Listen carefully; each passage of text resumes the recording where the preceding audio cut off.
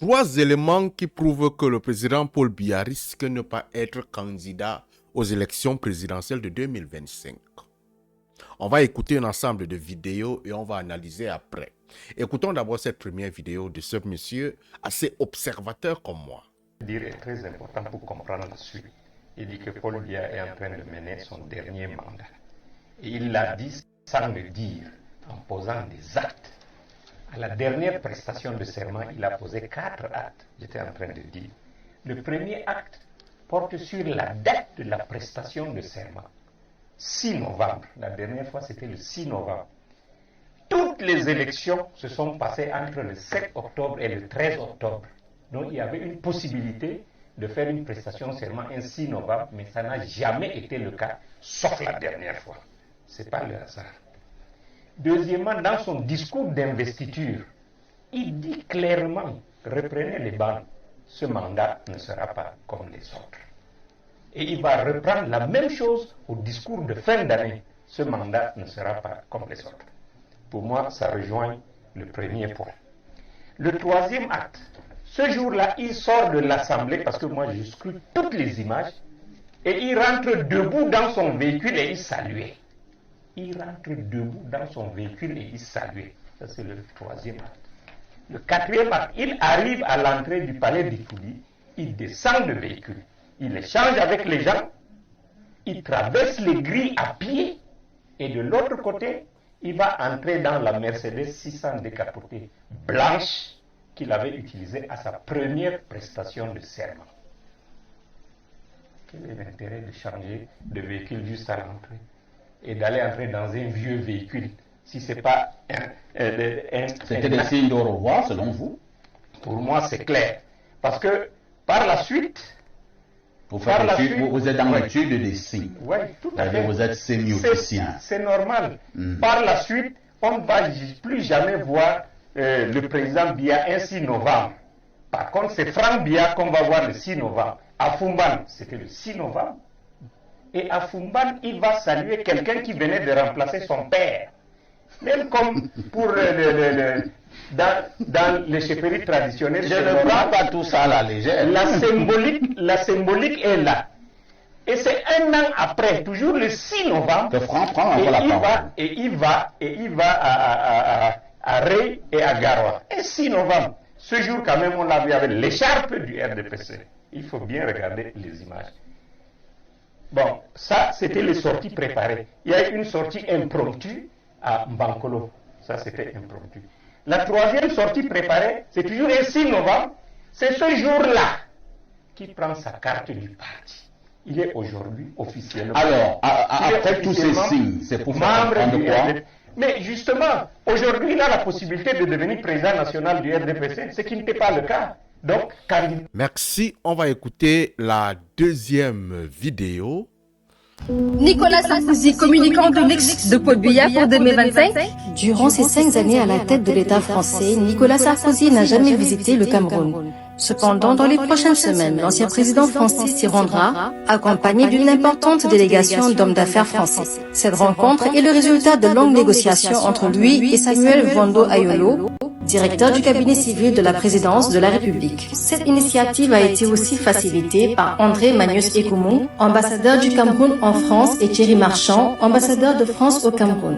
Les détails avaient été évoqués lors d'une rencontre le 28 juillet dans un restaurant à Paris. Le succès de ces discussions avait d'ailleurs conduit Paul Biya à retarder son départ pour Genève. Selon les sources de Jeune Afrique, l'ex-chef de l'État français a plaidé en faveur d'un renforcement de la présence des entreprises françaises au Cameroun à un moment où le pays met en œuvre des politiques pour attirer les investissements étrangers. Mais cette mission pourrait s'avérer plus politique. Nicolas Sarkozy devrait aussi être accompagné de lobbyistes et de communicants, lesquels s'intéresseront à la campagne présidentielle de Paul Biya en 2025. Parmi les professionnels des médias et de la politique qui pourraient faire le voyage figure Patricia Balm, présidente du cabinet PBCom International spécialisé en communication, lobbying et stratégie politique. Cette dernière avait géré la communication de Paul Biya lors de la campagne présidentielle de 2018. Ancienne journaliste née au Maroc et communicante pour la droite française dans les années 1990, Patricia Balm a conseillé plusieurs personnalités politiques, dont des présidents africains tels que l'Ivoirien Alassane Ouattara et le Sénégalais Macky Sall.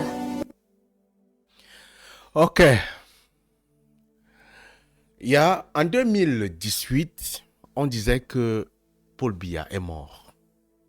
Avant la campagne présidentielle de 2018 et après la campagne présidentielle, nous étions beaucoup plus dans Paul Biya est mort. Beaucoup de personnes ont même signifié que le président Paul Biya ne dirigeait pas le Cameroun. Mais nous commençons à être surpris en 2025. Depuis une certaine période, le président Paul Biya est beaucoup dehors. Il voyage énormément. Pourtant, les statistiques en 2025 démontraient que ce papa était fatigué et qu'il ne pouvait pas faire de longs voyages. Aujourd'hui, le président Paul Biya est déjà très fort. Il sort et va réaliser des choses en France. Dernièrement, on l'a vu en France pour la commémoration des anciens combattants et tout ça. Le président Paul Biya a fait un discours fort en France. C'est un très grand symbole. Il est quitté de là, il a participé à toutes les choses. Il ne délègue plus beaucoup de choses depuis un certain temps. Il ne délègue plus. Il y va lui-même. Le président Paul Biya est en route encore très bientôt pour se retrouver en Chine. On a démontré depuis un certain temps que les leaders politiques, ou sinon les prisonniers politiques seront mis dehors. On va les libérer. Paul Biya est en train de faire un travail de fond. Mais à l'heure actuelle, on ne connaît réellement pas qui sera son représentant qui va le remplacer.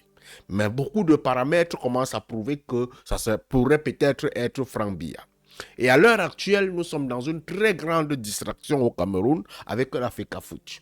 Cette distraction nous amène à ne pas nous concentrer sur les sujets essentiels au Cameroun. Est-ce qu'on n'utilise pas la FECAFOOT pour pouvoir distraire les Camerounais et véritablement venir à un certain moment nous présenter un candidat et on sera surpris que c'est le nouveau candidat?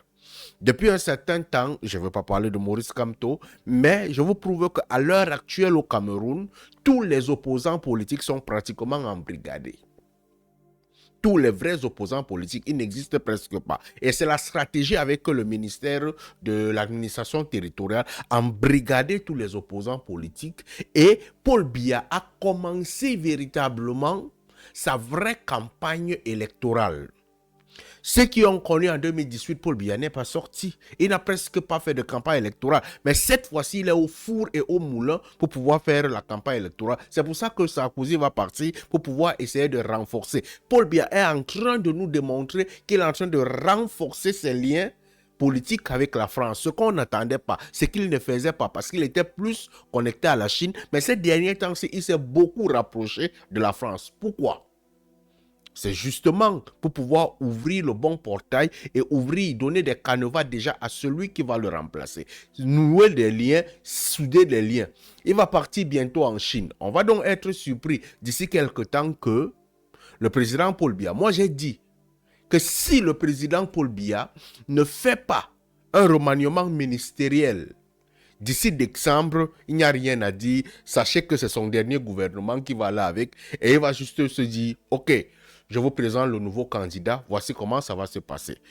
Je n'affirme rien sur la campagne ou sinon sur la position du président Paul Biya, mais il y a beaucoup d'éléments qui sont en voie pour pouvoir nous éclairer et nous démontrer que le président Paul Biya risque de ne pas être candidat et qu'il est temps pour les Africains, ou je vais dire pour les Camerounais, de déjà sortir le nouveau candidat qui va aller challenger Franck Biya. Allume ton cerveau, mon frère.